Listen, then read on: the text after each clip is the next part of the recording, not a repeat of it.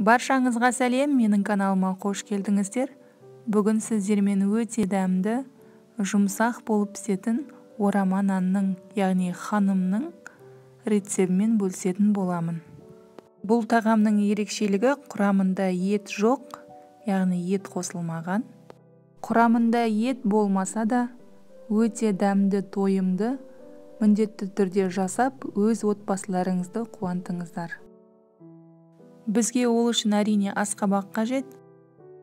Асқабақтың толық піскенін және де тәттілігіне мән беріңіздер.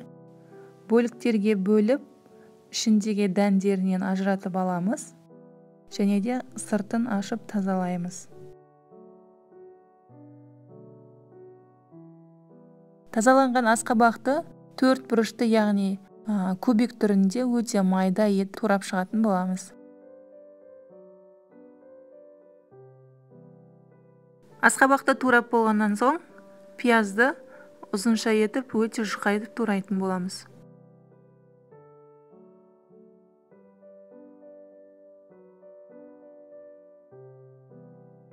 Ендігі кезекте картопты да кубик түрінде, яғни 4 бұрышты етіп, өте майда етіп турап шығамыз.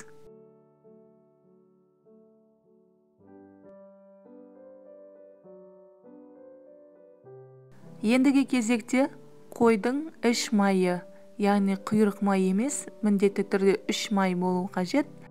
Егер іш май жоқ болса, қойдың құйрық майы да жарайды. Соломка түрінде турап алып, сосын кубиктарға бөліп шығамыз.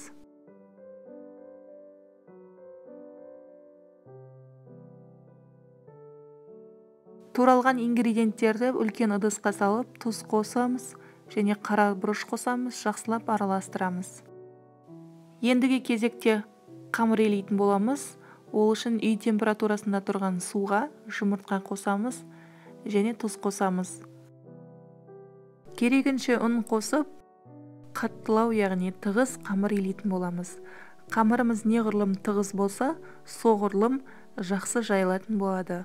Соған мән беріңіздер. Қамырдың басын біріктіріп, 20 минутқа алып қоямыз. 20 минуттан соң июі қанған қамырымызды 2 бөлікке бөліп аламыз.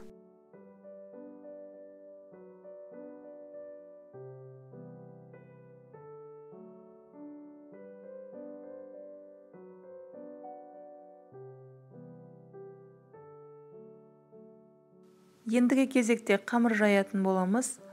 Аз мөлшерде ұн сеуіп, үстіне қамырымызды қойып, осылай жаю үшін икемге келтіріп алатын боламыз. Және де оқтаудың 2 ұшын баса отырып, өте жұқа етіп қамыр жаятын боламыз.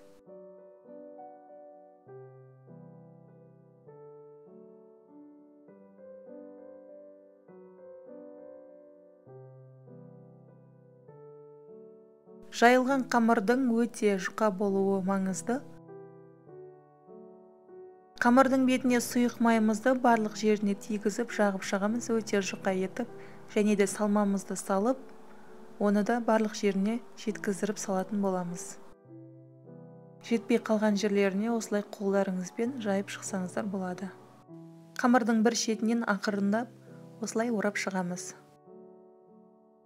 Оралған қамырымызды мантоварканың листиясын майлап, жақсылап орналастырып шығамыз, және де біздің суымыз қайнап тұру қажет. Ыстық отта, яғни қайнап тұрған суда мантоваркаға салып, бетін майлап, 45-50 минут пісіріп алатын боламыз. Жұмсақ, дәмді әрі тойымды болып шығады. Жасап көруге кеңес беремін. Келесі рецептерді жіберіп алмас үшін менің каналыма тіркеліп, қоңыраушаны басып кетуді ұмытпаңыз.